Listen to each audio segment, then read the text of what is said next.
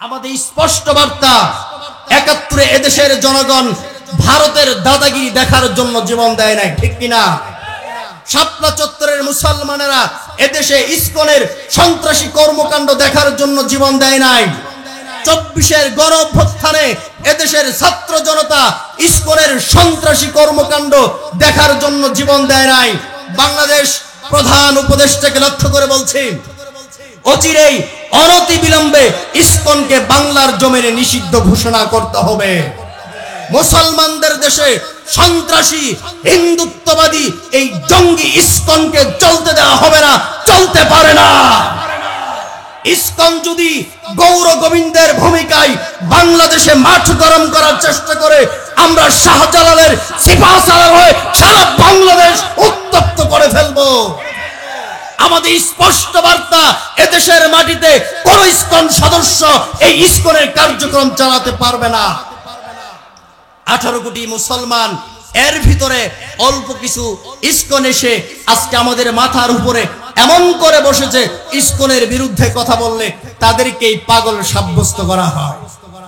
ইসকনের বিরুদ্ধে কথা বললে তাদেরকে বিভিন্ন ভাবে গুম করা হয়, বিভিন্ন অপতৎপরতা চালিয়ে মুসলমানদেরকে এমন পর্যায়ে নিয়ে গেছে ভয় ভীতি দেখিয়ে, যাতে করে আলেমরা ইসকনের বিরুদ্ধে কথা পর্যন্ত না বলে দেশের ভিতরে। রব্বুল আলামিন বলেন, ওয়ামা ইউমিনু আকসারুহুম বিল্লাহি ইল্লা ওয়া হুম মুশরিকুন। নবী, ওই যে শিরক করে, মূর্তি পূজা করে, অগ্নি পূজা করে, ওদের কথা বলছি না, আল্লাহ নিজে বলছেন, নবী আপনার উম্মতদের ভিতরে যারা ঈমান এনেছে, কালিমা পড়েছে, যারা মুসলমান হয়েছে, নামাজ পড়ে, যাকাত দেয়, দান করে, এদের ভিতর থেকে আকসার অধিকাংশই মুশরিক।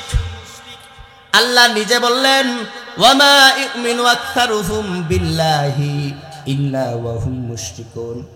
নবী আপনার উম্মতের ভিতরে যারা ঈমানদার মুসলমান দাবি করে, এদের ভিতরে অধিকাংশই মুশরিক, কিন্তু তারা জানে না।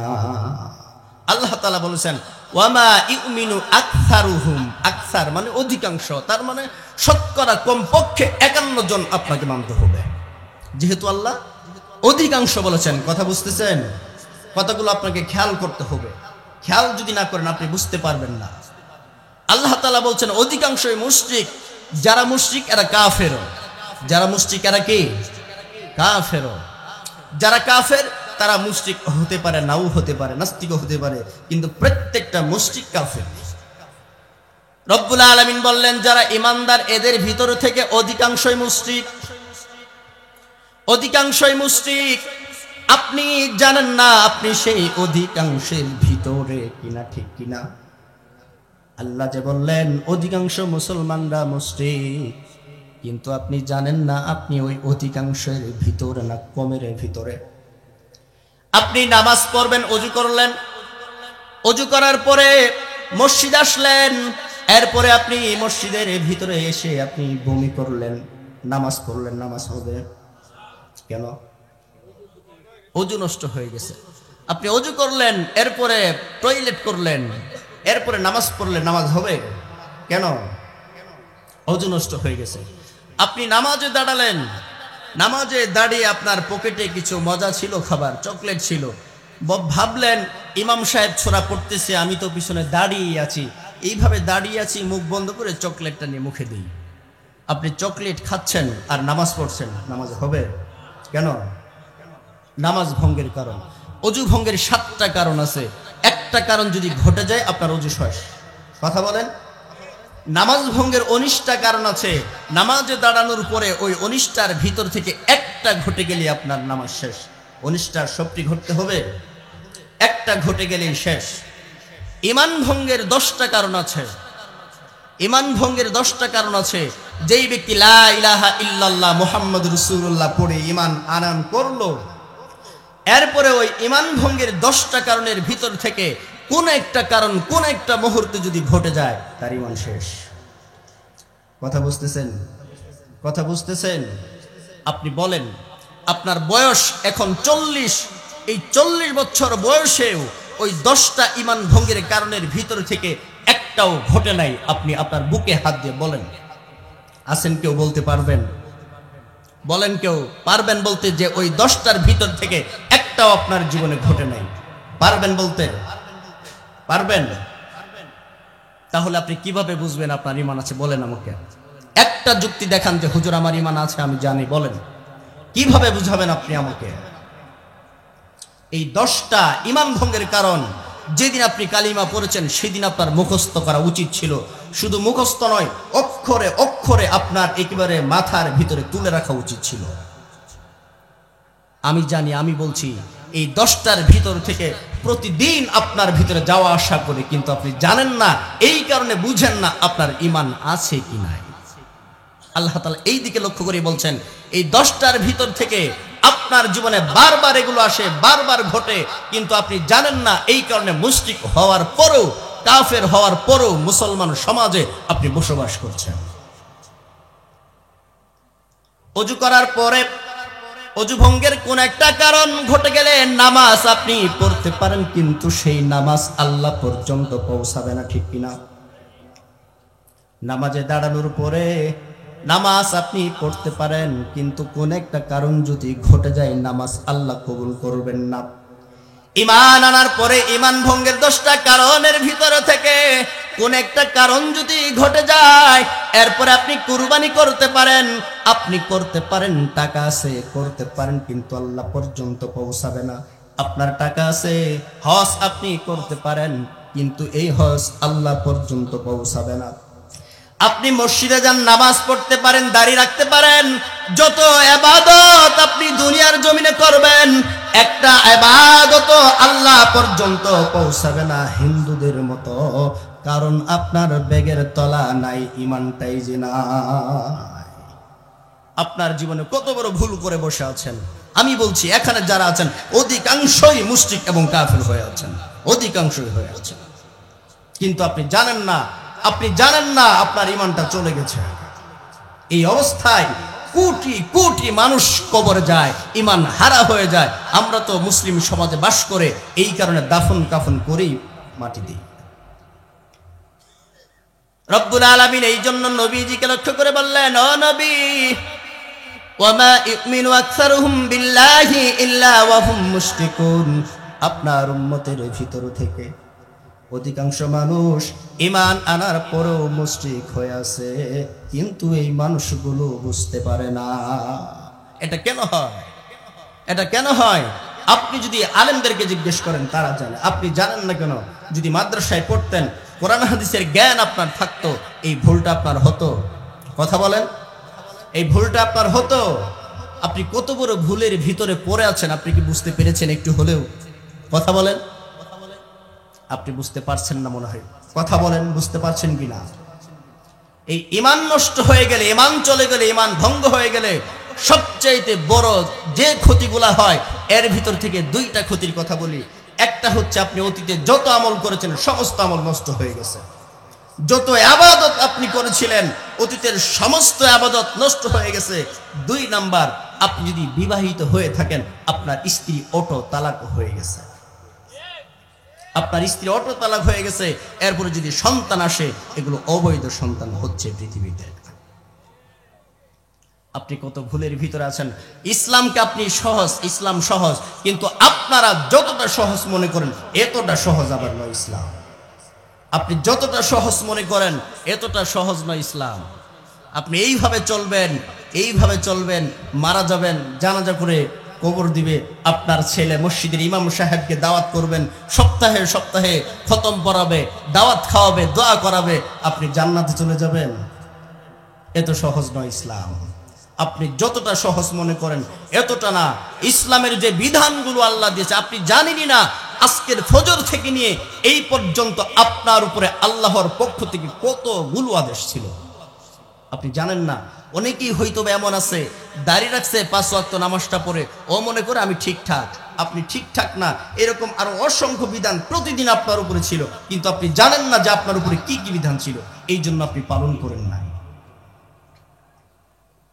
রব্বুল আলামিন কোরআনে কারিমে বলেন, আল মালু ওয়াল বানুনা জিনাতুল হায়াতিদ দুনিয়া, এই পৃথিবীতে একজন মানুষকে যত কিছু দেওয়া হয় এর ভিতরে রব্বুল আলামিন বলেন আল মালু ওয়াল বানুনা জিনাতুল হায়াতিদ দুনিয়া, তোমাকে যে সন্তান আর সম্পদ দেওয়া হয়েছে এগুলো হলো এই দুনিয়ার সৌন্দর্য।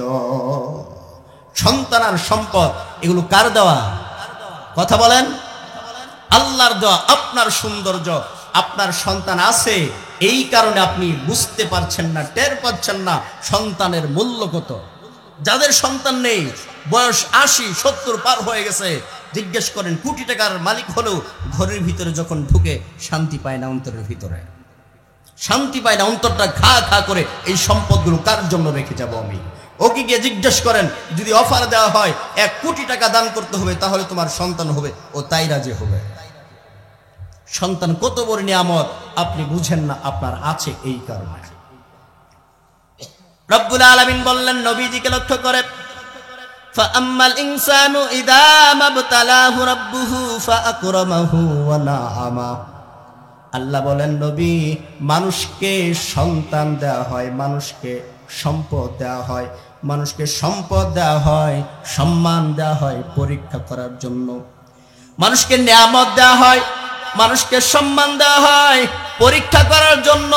কিন্তু এগুলো যখন মানুষ তার হাতের কাছে পেয়ে যায়, নাগালের কাছে পেয়ে যায়, ফায়াকুলু রাব্বি আকরামান, তখন এই মানুষেরা অন্য মানুষের কাছে বলে আমার রব আমাকে সম্মানিত করেছে। কিন্তু আল্লাহ দিলেন, তাফসিরে মাযহারির ভিতরে এসেছে রব্বুল আলামিন এগুলো দিয়েছেন পরীক্ষা করার জন্য। কিন্তু এই মূর্খ বুঝতেই পারে না আল্লাহ পরীক্ষা করার জন্য দিয়েছে, ও মনে করে আমাকে আল্লাহ সম্মানিত করেছে। ও বুঝতে পারে নাই সন্তান আল্লাহ কেন দিলেন। সন্তান আপনাকে আল্লাহ দিয়েছেন। পৃথিবীতে কেউ আছে সন্তান দিতে পারে? কথা বলেন। আল্লাহ দিলেন সন্তান। এই সন্তান আপনি কোন কাজে ব্যয় করবেন, কোন কাজে আপনি ব্যবহার করবেন, কি তাদেরকে শিখাবেন আপনি জানেন না। রব্বুল আলামিন নবীজিকে লক্ষ্য করে বললেন আল্লাহু আখরাজাকুম মিন বুতুনি উম্মাহাতিকুম লা তা'লামুনা শাইআ। ও নবী, যখন তোমাদেরকে তোমাদের মাদের পেট থেকে বের করা হয়েছে, ও পৃথিবীর মানুষেরা, যখন তোমাদেরকে তোমাদের মাদের পেট থেকে বের করা হয়েছে, লা তা'লামুনা শাইআ, ওই সময় তোমরা একেবারে মূর্খ অবস্থায় ছিলে। আপনি যখন পৃথিবীতে আসেন শিক্ষা ছিল না, দীক্ষা ছিল না, কিছুই জানতেন না। বাবা কোনটা তাও আপনি জানতেন না, মা কোনটা তাও আপনি জানতেন না, দুনিয়ার কোনো কিছুই আপনি চিনতে পারেন নাই। রব্বুল আলামিন কোনো জ্ঞান আপনাকে দিয়ে পৃথিবীতে পাঠাই নাই। কিন্তু রব্বুল আলামিন বলেন তোমাকে আমি জ্ঞান দিয়ে পাঠাই নাই, কিন্তু জ্ঞান অর্জন করার জন্য যা যা প্রয়োজন সমস্ত কিছু দিয়েই তোমাকে দুনিয়াতে পাঠিয়েছি। রব্বুল আলামিন বলেন ওয়াজআলা লাকুমুস সামআ ওয়াল আবসারা ওয়াল আফইদা লাআল্লাকুম তাশকুরুন। ও দুনিয়ার মানুষেরা, তোমাকে যখন পৃথিবীতে পাঠানো হয়েছে, কান দেওয়া হয়েছে, চক্ষু দেওয়া হয়েছে, অন্তর দেওয়া হয়েছে, এগুলো দিয়ে পৃথিবীতে গিয়ে তুমি জ্ঞান অর্জন করবে। এগুলো কে দিয়েছে? কেন দিয়েছে? জ্ঞান অর্জন করবেন, আপনার সুবিধা হয় এমন কাজগুলো করবেন। আপনি যে জ্ঞান অর্জন করবেন কত বছর বয়সে? আপনার বয়স যখন 7-8 হয়, 6 হয়, তখন মানুষ জ্ঞান অর্জন করা শুরু করে, ঠিক কিনা? কিন্তু এই জ্ঞানকে আপনি অর্জন করতে পারেন না। কোন জ্ঞান অর্জন করবেন এই সিদ্ধান্ত আপনি নেন না, আপনার মা বাবা নেয়। কথা বলেন। মা বাবা এই সিদ্ধান্ত নেয় সন্তান কোন জ্ঞান অর্জন করবে। বিশ্বনবী হাদিস শরীফে বর্ণনা করেন কুল্লুকুম রাইন ওয়া কুল্লুকুম মাসউলুন, পৃথিবীর প্রত্যেকটা মানুষই দায়িত্বশীল, আর এই দায়িত্ব সম্পর্কে রব্বে কারীম হাসরের ময়দানে জিজ্ঞাসা করবে। আপনাকে যেই নিয়ামত আল্লাহ দিলেন, দায়িত্ব দিলেন, এই দায়িত্ব সম্পর্কে কিয়ামতের ময়দানে আপনাকে জিজ্ঞাসা করা হবে। বিষ্ণু বললেন প্রত্যেকটা পুরুষ হলো তার পরিবারের দায়িত্বশীল, প্রত্যেকটা পুরুষ তার পরিবারের দায়িত্বশীল। আপনাকে রব্বে কারীম সন্তান দিলেন, এই সন্তানের দায়িত্ব আপনার কাঁধে। আপনার সন্তানকে যখন আপনি শিক্ষা দিবেন, কোন শিক্ষা তাকে শিখাবেন, এই দায়িত্ব আপনার কাঁধের উপরে আল্লাহ দিয়েছে। কিন্তু আমাদের অবস্থা কেমন? এখানে যারা আছেন অসংখ্য মুরব্বী আছেন, জীবনে শত শত জানাজার নামাজ পড়েছেন, আছেন না এরকম? শত শত জানাজার নামাজ পড়েছেন, কিন্তু জানাজার নামাজের ভিতরে যেই দোয়াটা পড়া হয় 3 লাইনের, কয়জনে জানেন? হাত তুলেন তো দেখি। দোয়াটা কয়জনে জানেন? হাত তুলেন দেখি। মিথ্যা কথা বলবেন না, কোরআনের আলোচনায় এসে দেখেন কয়জন মানুষ হাত তুলছে, গুনা যাবে, হাত নামান। আর এই যে বাকি মানুষগুলো শত শত জানাজার নামাজ আপনার জীবনে পড়েছেন, আপনি কেন দাঁড়িয়েছিলেন সেখানে? সেটা কি নামাজ? সেটা মূলত নামাজ নয়, দোয়া করতে গিয়েছিলেন আপনি। কিন্তু আপনি দাঁড়িয়েছিলেন মুর্দার জন্য, যে দোয়াটা করবেন ওই দোয়াটা আপনি জানেনই না। আপনি যে দোয়াটা পড়তে হয় জানাজার নামাজের ভিতরে, আপনি জানেনই না কোন দোয়া সেখানে পড়তে হয়। খামাখা কেন দাঁড়িয়েছিলেন সেখানে? যতগুলো মানুষের জানাজায় দাঁড়িয়েছিলেন, আপনি ধোঁকা দিয়েছেন। শেষ জীবনে আপনার বাবা আপনার মাকেও ধোঁকা দিয়েছেন।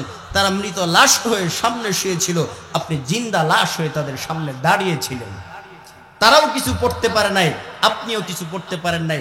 ইমাম সাহেবের সাথে শুধুমাত্র হাতটাই তুলেছেন আপনি। মিথ্যা বললাম? কথা বলেন। আপনি তো মনে করেন অনেক কিছু জানেন। হুজুররা, মানুষ কথায় কথায় এরকম বলে, খালি হুজুররা জানে না, আমরাও জানি।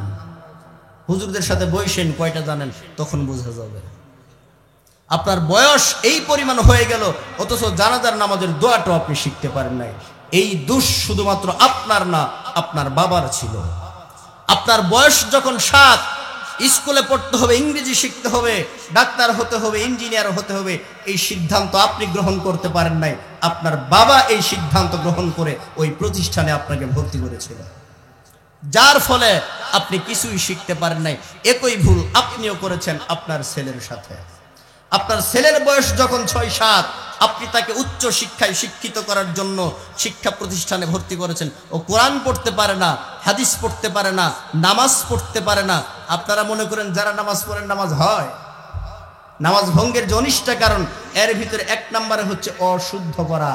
ইমামদেরকে শোনাবেন সূরা, যেই ভুল হলে নামাজ নষ্ট হয়, আপনার ভুল ওই স্তরেরই ভুল। যেই ভুল হলে নামাজ নষ্ট হয়, আপনার ভুল ওই স্তরের ভুল। এখন আপনার বয়স 70, মাদ্রাসায় ভর্তি করে কোরআন যদি আপনাকে ব্লেন্ডার করে খাওয়ানো হয়, এর উপর আপনি শুদ্ধভাবে শিখতে পারবেন না। শেষ আপনার জীবন, আপনার দুনিয়াও শেষ, পরকালে শেষ। বিভিন্ন বইয়ের উপর লেখা থেকে শিক্ষার কোনো বয়স নাই। লেখা থাকে কি না? যাদের বয়স 70, মাদ্রাসায় ভর্তি করে দেখেন তো, ও 6 বছরে একটা সূরা শুদ্ধভাবে শিখতে পারে কিনা?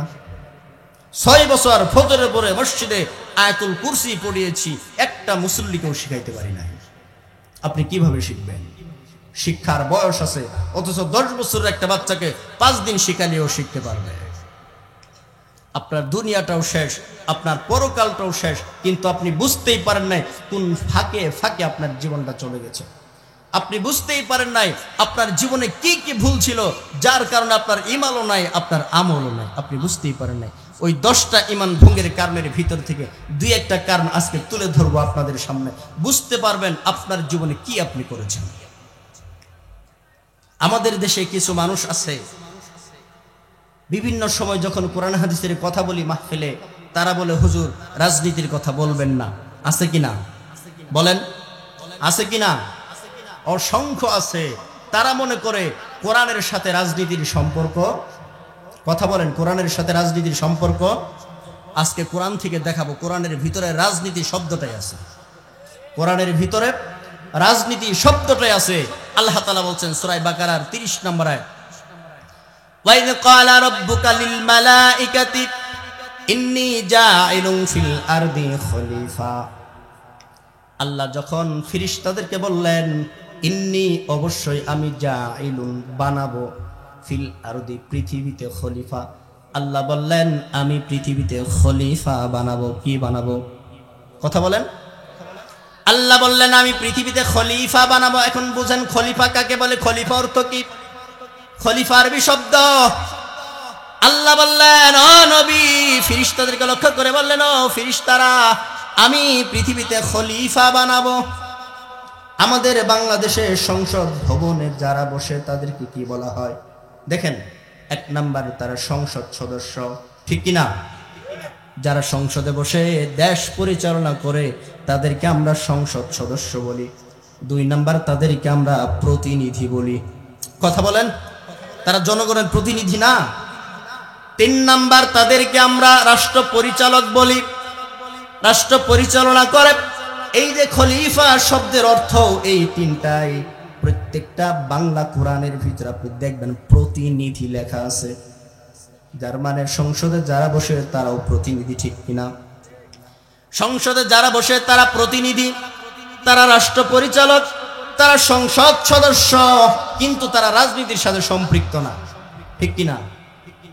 কথা বলেন, যারা সংসদে আসে তারা কি রাজনীতির সাথে সম্পৃক্ত? আপনাদের এমপি যারা, তারা কি রাজনীতি করে?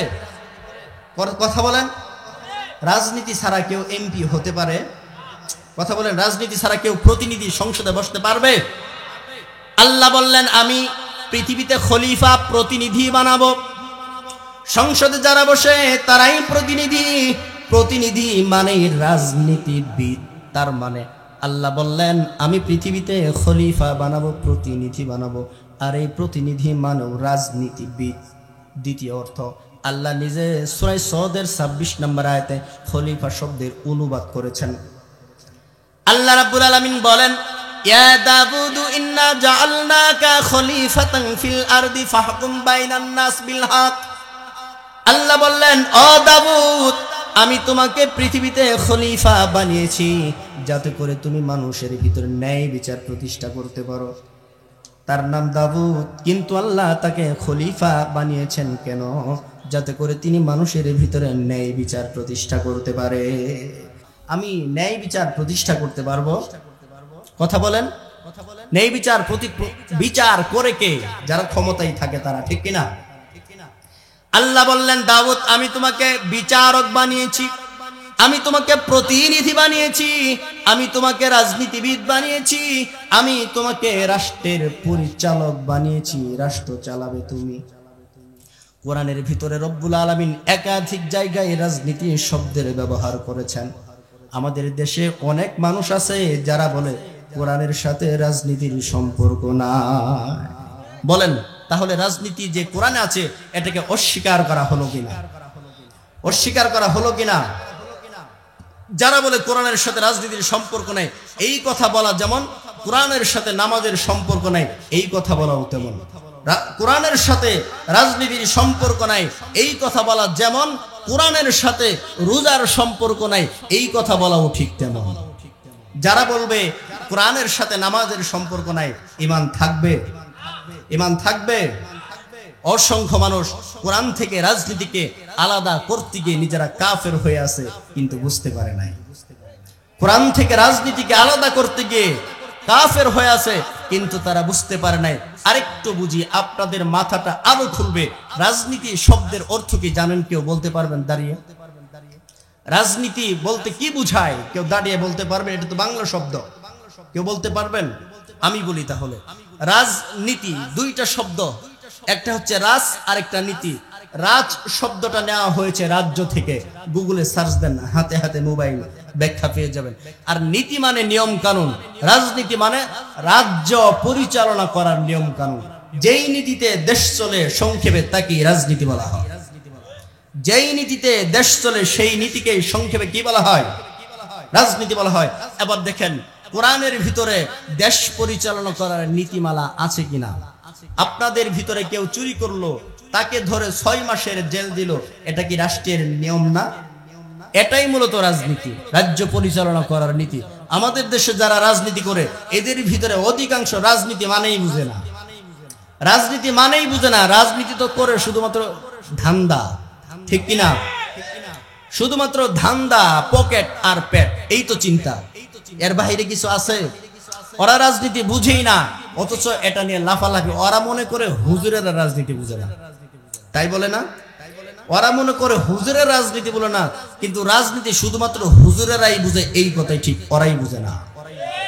কোরআনের ভিতরে আল্লাহ তাআলা রাজ্য পরিচালনা করার সমস্ত নীতিমালা দিয়েছেন।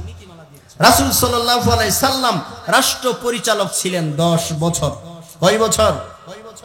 10 বছর নবী নিজে রাষ্ট্র পরিচালনা করেছেন। রাষ্ট্র পরিচালনা করতে যা যা প্রয়োজন সবকিছু নবীজি হাদিসের ভিতরে দেখায় দিয়ে গেছেন আমাদেরকে বাস্তবে। যদি কোনো মানুষ বলে রাজনীতির সাথে ইসলামের সম্পর্ক নাই, তাহলে নবীজির জীবনী থেকে 10 বছরকে একেবারে বাদ দেওয়া হয়ে যায়। রব্বুল আলামিন কোরআনে কারিমে একাধিক জায়গায় বলেন, অসংখ্য জায়গায় রব্বুল আলামিন রাজনীতির কথা বলেছেন। শুরুতে আরেকটা কথা বলি, আমরা তো পড়ি লা ইলাহা ইল্লাল্লাহ, আমরা শুধু লা ইলাহা ইল্লাল্লাহ বাক্যটা জানি, অনুবাদটাও জানি, কিন্তু এই অনুবাদ আমাদের কাছে কি চায় এটা আমরা বুঝতে পারি না। লা ইলাহা কোন প্রভু নাই, ইল্লাল্লাহ আল্লাহ ছাড়া কোনো প্রভু নাই। এর মানে হলো তাফসীর ফি জিলালিল কোরআনের ভিতরে লা ইলাহা ইল্লাল্লাহর 5টা ব্যাখ্যা এসেছে।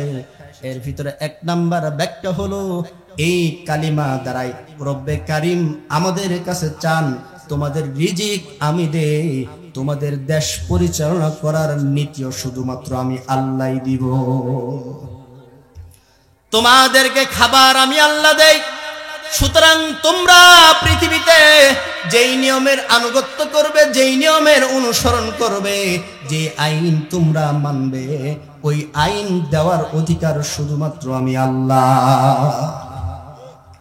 এখন যারা রাষ্ট্র পরিচালনা করে, রাষ্ট্র যারা পরিচালনা করে, রব্বুল আলামিন অন্যত্র আরো বিস্তারিত বলেছেন, যেই মানুষেরা দুনিয়ার জমিনে বিচার করে কিন্তু আমি আল্লাহর আইন দ্বারাই বিচার করে না, আল্লাহ বলছেন কাফিরুন, তারা কাফের। যারা কোরআনের আইন দ্বারাই বিচার করে না, আল্লাহ বললেন তারা কাফের। কোরআন কেন আল্লাহ পৃথিবীতে দিয়েছেন? রব্বুল আলামিন নিজে নবীজিকে বললেন আনসালনা ইলাইকাল কিতাবা বিল হাক্কি লিতাহকুমা বাইনান নাস। স্পষ্ট অনুবাদ, আল্লাহ বললেন ও নবী, এই কোরআন আমি অবতীর্ণ করেছি আপনার কাছে, যাতে করে কোরআনের মাধ্যমে আপনি বিচার করেন সমাজে। আল্লাহ বললেন কোরআন দিয়েছি শুধুমাত্র এই কারণে, কোরআন দিয়েছি যাতে করে কোরআন দ্বারাই আপনি ন্যায় বিচার করেন রাষ্ট্রের ভিতরে। নামাজ পড়তে হবে এই কথা ঠিক, কিন্তু আল্লাহ বলেন নাই নামাজের জন্য কোরআন অবতীর্ণ করেছি। রোজা করতে হবে কোরআনের বিধান এই কথা ঠিক, কিন্তু আল্লাহ বলেন নাই রোজার জন্য কোরআন অবতীর্ণ করেছি।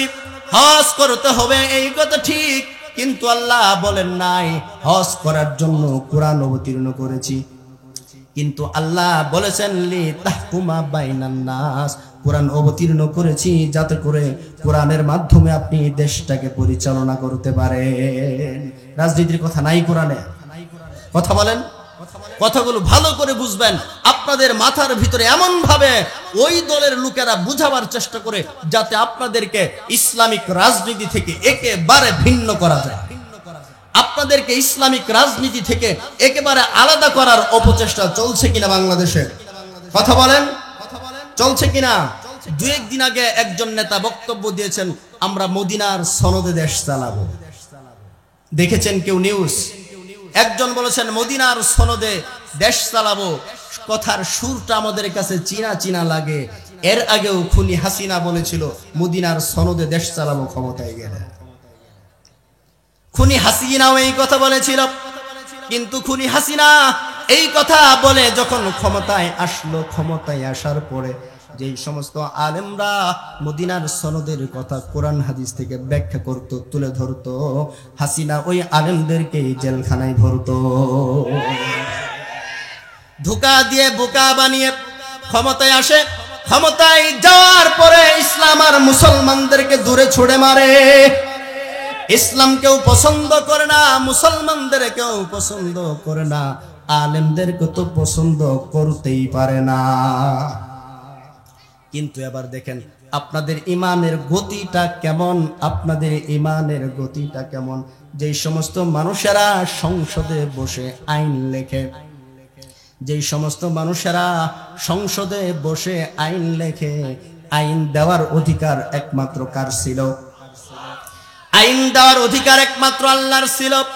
কিন্তু ওরা সংসদে বসে ক্ষমতায় গিয়ে সংসদে বসে কোরআনটা সাইড করে রেখে দেয়, কোরআনের নীতি বাংলাদেশে চলবে না, কোরআনের আইন দিয়ে বাংলাদেশ পরিচালনা করা চলবে না, এই কথা বলে কোরআনটা রেখে নিজেরাই আইন তৈরি করে ওই আইন আমাদের কাঁধের উপরে চাপিয়ে দেয়।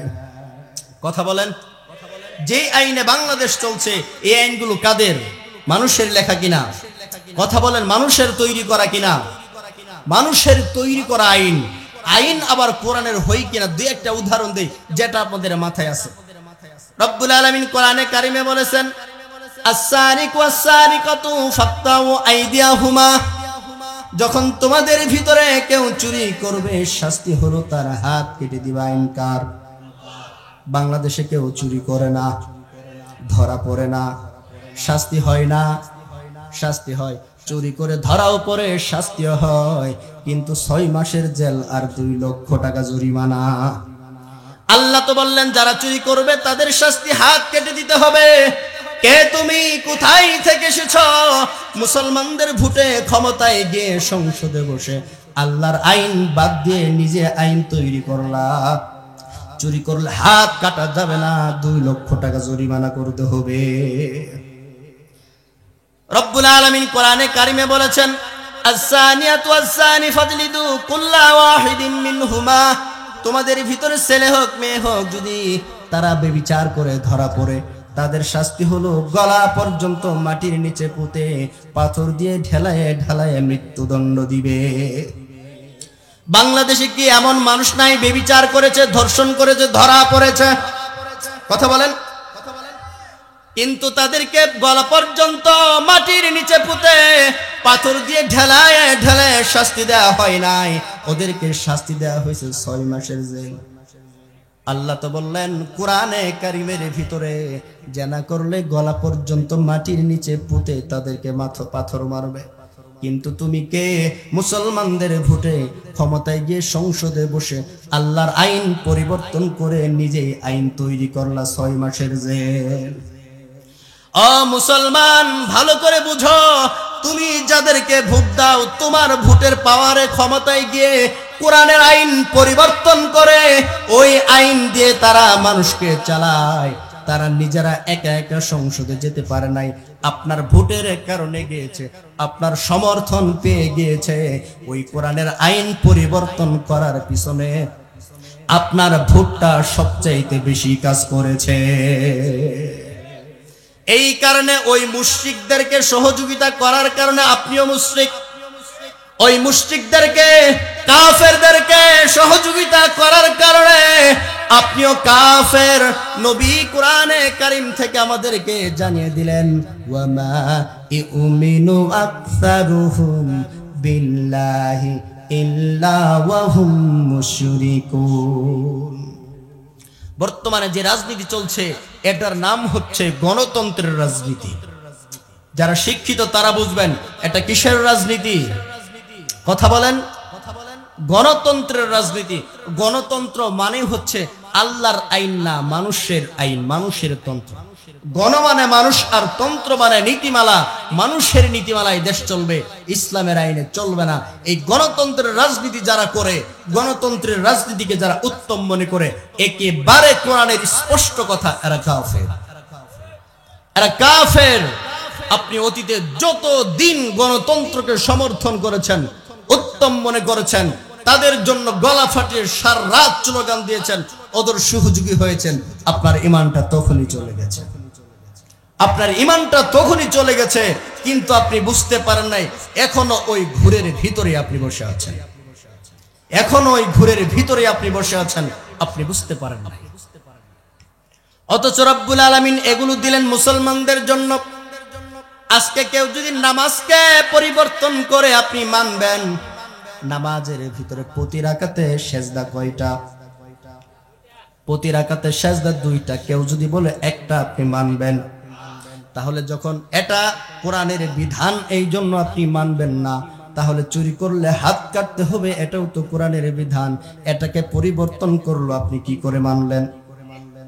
আপনি শুধু মানছেন তা নয়, বরং আপনার ভোটের কারণেই আপনার ভোটের সমর্থনের কারণেই তারা আল্লাহর আইনকে পরিবর্তন করতে পেরেছে, ঠিক কিনা?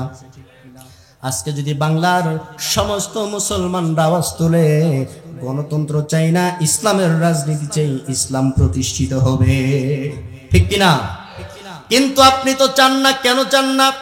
রাতের বেলায় এক কাপ চা খাওয়াবে, ভোটের আগের রাতে 200-500 টাকা পকেটের ভিতরে দিয়ে আসবে। সকাল বেলায় আপনার বিবেকটাকে কুরবানি করে ওই সমস্ত সন্ত্রাস, কাফের, বেঈমান, নেশাখোর ওদেরকেই সকাল বেলা ভোটটা দিবে। এরকম করেই তো চলছে, তাই চলছে না? ওদেরকে ভোট তো আপনি দেন, আপনার পাওয়ারের কারণেই তো 14-16 বছর হাসিনা এ দেশের ভিতরে স্বৈরা শাসন পরিচালনা করেছে। ও তো একটা মহিলা, আমি যদি ধাক্কা মারি ও উঠে দাঁড়াতে পারবে? তাহলে ও একা কিভাবে পারে সারা দেশের উপরে অত্যাচার করার? আমি যদি একটা ধাক্কা মারি, ও তো দ্বিতীয়বার উঠে দাঁড়ানোর মতো ক্ষমতা নাই। ও একা এত মানুষের উপরে কিবা নির্যাতন করলো 16-17 বছর? একা করেছে? আপনার আশেপাশে কিছু দালাল ছিল না? ছিল না? এদের সমর্থনের কারণে ও মহিলা হয়েও সারা দেশের উপরে নির্যাতন করেছে। এখনো তাই আপনার সমর্থনের কারণে চাঁদাবাজরা দেশটাকে ধ্বংসের দিকে নিয়ে যাচ্ছে। আপনার সমর্থনের কারণে একজন মানুষ একা এ দেশের ভিতরে দুর্নীতি করতে পারবে না যদি আপনি সমর্থন না করেন। একজন মানুষের পক্ষে এটা সম্ভব নয়। আল্লাহ বলেছেন লি তাহকুমা বাইনান নাস, কোরআন অবতীর্ণ করেছি রাষ্ট্র পরিচালনা করার জন্য। আপনি কোরআন রেখে দিয়েছেন মসজিদের জন্য। আজকে মানুষেরা মনে করে হুজুররা শুধুমাত্র মসজিদের ভিতরে থাকবে, মাদ্রাসার ভিতরে থাকবে, রাজনীতি করবে কেন? বলে কিনা? রাজনীতি আপনি করেন, কোরআনের রাজনীতি করেন, আমরা আপনাকে সমর্থন করব। আপনি রাজনীতি করেন, নিষেধ না। রাজনীতি করা ফরজ, কি বলেন? রাজনীতি করা ফরজ ইবাদত। নামাজ যেমন ফরজ ইবাদত, রাজনীতি করাও ফরজ ইবাদত, তবে সেটা কোরআনের রাজনীতি হতে হবে। কোরআনের রাজনীতি করা ফরজ, আর গণতন্ত্রের রাজনীতি করা কুফরি এবং শিরক। তোমার ইমানের মূল্য নাই তোমার কাছে, যার কারণে 200 টাকার কারণে কোরআনের রাজনীতিকে পদদলিত করে বিসর্জন দিয়ে গণতন্ত্রের রাজনীতির দিকে তোমার মাথাটা নুইয়ে দিয়েছো তুমি। আপনার মতো মুসলমানের কারণেই এই অজানা, অশিক্ষিত, দুর্বল ইমানদার, দুনিয়ার মুখাপেক্ষী, ফকির মিসকিন মুসলমান হওয়ার কারণে আজকে ওই সমস্ত শিরিক এবং কুফরকে যারা বড় করে তুলে ধরে আমাদের মাথার উপর পা দিয়ে সংসদে বসে আমাদেরকে পদদলিত করে, শুধুমাত্র আমাদের দুর্বল ইমানের কারণে, আমাদের না জানার কারণে। এটা শুধুমাত্র আইন পরিবর্তন করলো তা নয়, কিন্তু ভিতরে যে আপনার ইমানটা চলে গেছে এটা তো আপনি বুঝতে পারলেন না। আপনার ইমানটা চলে গেছে। আজকে সারা দেশের ভিতরে চতুর্দিক থেকে বিভিন্ন ধরনের ষড়যন্ত্র বাংলাদেশের ভিতরে একেবারে মাথার উপরে বসে গেছে, ঠিক কিনা? শত শত ষড়যন্ত্র চলছে দেশ থেকে, শুধুমাত্র দেশ নয়। এই যে ইসকন, এদের উদ্দেশ্য শুধুমাত্র বাংলাদেশ থেকে ইসলামকে সরাবে তা নয়, মুসলমানদেরকে সরাবে বাংলাদেশ থেকে তা নয়। ইসকনের উদ্দেশ্য সারা পৃথিবী থেকে ইসলাম এবং মুসলমানদেরকে মুছে ফেলা। সারা পৃথিবী থেকে সিলেটে তারাবির নামাজ পড়ছে মুসল্লিরা মসজিদের ভিতরে, মন্দির থেকে হিন্দুরা গিয়ে মসজিদের ভিতরে তারাবির নামাজ পড়া অবস্থায় মুসল্লিদের উপর আক্রমণ করেছে। এদেশের সরকার শাস্তির ব্যবস্থা করে নাই। ফরিদপুরে 2 জন মুসলমান ভাইকে হত্যা করেছে ইসকনের সদস্যরা, দৃষ্টান্তমূলক শাস্তি আমরা দেখি নাই। ঢাবিতে একজন ছেলে কোরআনকে অপমান করেছে, পা দিয়ে পদদলিত করেছে, সরকার দৃষ্টান্তমূলক শাস্তির ব্যবস্থা করে নাই। গাজীপুরে একটা 13 বছরের ছাত্রীকে ধর্ষণ করেছে, এরও কোনো বিচার তো করেই নাই, বরং যারা এর বিচার চায় তাদেরকে পাগল সাব্যস্ত করার নাটক মঞ্চস্থ করা হচ্ছে। আমাদের স্পষ্ট বার্তা, 71-এ এদেশের জনগণ ভারতের দাদাগিরি দেখার জন্য জীবন দেয় নাই, ঠিক কিনা? শাপলা চত্বরের মুসলমানেরা এদেশে ইসকনের সন্ত্রাসী কর্মকাণ্ড দেখার জন্য জীবন দেয় নাই। 24-এর গণঅভ্যুত্থানে এদেশের ছাত্র জনতা ইসকনের সন্ত্রাসী কর্মকাণ্ড দেখার জন্য জীবন দেয় নাই। বাংলাদেশ প্রধান উপদেষ্টাকে লক্ষ্য করে বলছি, অচিরেই অনতি বিলম্বে ইসকনকে বাংলার জমিনে নিষিদ্ধ ঘোষণা করতে হবে। মুসলমানদের দেশে সন্ত্রাসী হিন্দুত্ববাদী এই জঙ্গি ইসকনকে চলতে দেওয়া হবে না, চলতে পারে না। ইসকন যদি গৌর গোবিন্দের ভূমিকায় বাংলাদেশে মাঠ গরম করার চেষ্টা করে, আমরা শাহজালালের সিপাহসালার হয়ে সারা বাংলাদেশ উত্তপ্ত করে ফেলবো। আমাদের স্পষ্ট বার্তা, এদেশের মাটিতে কোন ইসকন সদস্য এই ইসকনের কার্যক্রম চালাতে পারবে না। 18 কোটি মুসলমান, এর ভিতরে অল্প কিছু ইসকন এসে আজকে আমাদের মাথার উপরে এমন করে বসেছে, ইসকনের বিরুদ্ধে কথা বললে তাদেরকেই পাগল সাব্যস্ত করা হয়। ইসকনের বিরুদ্ধে কথা বললে তাদেরকে বিভিন্ন ভাবে গুম করা হয়, বিভিন্ন অপতৎপরতা চালিয়ে মুসলমানদেরকে এমন পর্যায়ে নিয়ে গেছে ভয় ভীতি দেখিয়ে, যাতে করে আলেমরা ইসকনের বিরুদ্ধে কথা পর্যন্ত না বলে দেশের ভিতরে সব ধরনের ষড়যন্ত্র করছে। আর আমাদের রাজনীতিবিদ যারা আছেন তারা তাদেরকে সমর্থন দিচ্ছেন। যখন ইসকনকে নিষিদ্ধ করার আওয়াজ উঠেছিল বাংলাদেশে, আমাদের রাজনীতিবিদরা বলেছিল আমরা ইসকনের নিষিদ্ধ চাই না, আমরা ইসকনের নিষিদ্ধ চাই না। এই কথা বলেছিল ওই লোকটা, যেই লোকটা বলেছে আমরা শরিয়া আইনকে বিশ্বাস করি না। চিনেন লোকটাকে? যেই লোকটা এই কথা বলেছে আমরা শরিয়া আইনকে বিশ্বাস করি না, ওই লোকটাই বলেছে বাংলাদেশে ইসকন নিষিদ্ধ হোক, এটাও আমরা চাই না। আর আপনি তার রাজনীতি করছেন, আপনি তার সাথেই রাজনীতি করছেন। এইবার ভোটে আপনি তাকেই ভোট দিবেন এমনও মনে মনে চিন্তা করেছেন। আপনার ভোট আপনি দিতে পারেন, সমস্যা নাই।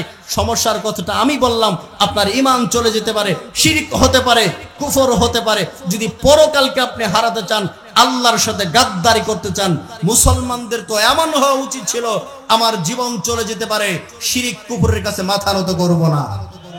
মুসলমান তো এমন হওয়া উচিত ছিল আমাকে আগুনে পোড়াতে পারে, ফাঁসির কাস্টে ঝোলাতে পারে, শূলবিদ্ধ করতে পারে, কুফরের কাছে আমি আমার মাথাটাকে অবনত করব না। মুসলমানের তো এমন ইমানের পাওয়ার হওয়া উচিত ছিল, কিন্তু এখন মুসলমানদের এমন ইমানি পাওয়ার, 200 টাকা দিলেই তারা শিরকের কাছে, কুফরের কাছে মাথাটা নত করে দেয়, ঠিক কিনা? এই জন্য আমাদেরকে সতর্ক থাকতে হবে, সচেতন থাকতে হবে। এদেশের মাটিতে ইসলাম প্রতিষ্ঠিত হোক, এটা আমরা চাই কিনা? কথা বলেন। ইসলাম প্রতিষ্ঠিত হোক, এটা আমরা চাই কিনা? এটাকে মসজিদে করা সম্ভব? মসজিদ হচ্ছে নামাজ পড়ার জন্য, জিকির করার জন্য, কিন্তু ইসলাম প্রতিষ্ঠিত করতে হবে কোথায়? সংসদে। ইসলাম প্রতিষ্ঠিত করতে হবে সংসদে। আরেকটু সহজ করে বলি, আমি যদি কাউকে নামাজের কথা বলি, আমার বিরুদ্ধে কেউ বলবে? কথা বলেন। আমি যদি আপনাকে বলি আপনি দাড়ি রাখেন, কেউ আমার বিরুদ্ধে যাবে? আমার বিরুদ্ধে গেলে আপনারা আবার তার বিরুদ্ধে যাবেন, ঠিক কিনা? কেন? নামাজের কথা বলেছি, এটা কার বিধান? কথা বলেন, কার বিধান? আমি যদি মানুষকে রোজা রাখার কথা বলি, এই কথার বিরুদ্ধে কেউ যাবে? কেন যাবে না? এটা কার বিধান? আল্লাহর বিধান। আমি নিজেও পালন করব, অপরকেও পালন করার কথা বলবো, এটাই তো ঠিক। তাহলে কোরআনে কারিমে আল্লাহ যে বলেছেন চুরি করলে হাত কেটে দিতে হবে, এটাও তো আল্লাহর বিধান। আজকে যদি এখানে কেউ চুরি করে, আমি যদি হাত কেটে দেই, পরের দিন আমি এখানে থাকবো না, জেলখানায়। কেন? কোরআনের বিধান না? নামাজ কোরআনের বিধান, যদি পালন করতে পারি আমার স্বাধীনতা হয়, তাহলে চুরি করলে হাত কেটে দিতে হবে, এটাও তো কোরআনের বিধান। এটা আমি কেন করতে পারবো না? এটা নিষিদ্ধ বাংলাদেশে, ঠিক কিনা? এরকম অসংখ্য আয়াতকে বাংলাদেশে নিষিদ্ধ করে রাখা হয়েছে, আপনারা জানেন না? এরকম অসংখ্য হাদিসকে, প্রায় 3000-এর মতো হাদিসকে বাংলাদেশে নিষিদ্ধ করা হয়েছে, যেগুলোর উপর আমল করে না আপনাকে জেলখানায় যেতে হবে। এগুলোর উপর আমল করলে আপনাকে জেলখানায় যেতে হবে। জেলখানায় কারা নেবে? যাদেরকে আপনি ভোট দিয়ে সংসদে বসিয়েছেন। এই জন্য আমাদের দৃঢ় প্রতিজ্ঞা, কোরআনের ভিতরে 6632টি অথবা 36টি যে আয়াতগুলো আছে, নামাজের মতো, রোজার মতো, নামাজের আয়াত যেমন আমি পালন করতে পারি, রোজার আয়াত বিধান যেমন আমি পালন করতে পারি, হজের বিধান আমি যেমন পালন করতে পারি, ঠিক তেমনি কোরআনের 6636টি আয়াতের প্রত্যেকটা আয়াতই যেন আমি পালন করতে পারি, এই স্বাধীনতা আমাকে বাংলার মাটিতে দিতে হবে। আর এই স্বাধীনতা পাওয়ার জন্য সংসদে ইসলাম প্রতিষ্ঠিত করা ব্যতীত জীবনও এটা সম্ভব হবে না। এই জন্য আমাদেরকে রাজনীতি করতে হবে। কিসের রাজনীতি? কথা বলেন, কিসের রাজনীতি করতে হবে? কোরআনের রাজনীতি করবেন তো ইনশাআল্লাহ? সবাই কোরআনের রাজনীতি করবেন তো ইনশাআল্লাহ? শিরক কুফরের রাজনীতিকে পদদলিত করে ভবিষ্যতের সময়টুকু ইসলাম প্রতিষ্ঠার জন্য কোরআনের রাজনীতি করব আমরা ইনশাআল্লাহ। ঠিক থাকবে?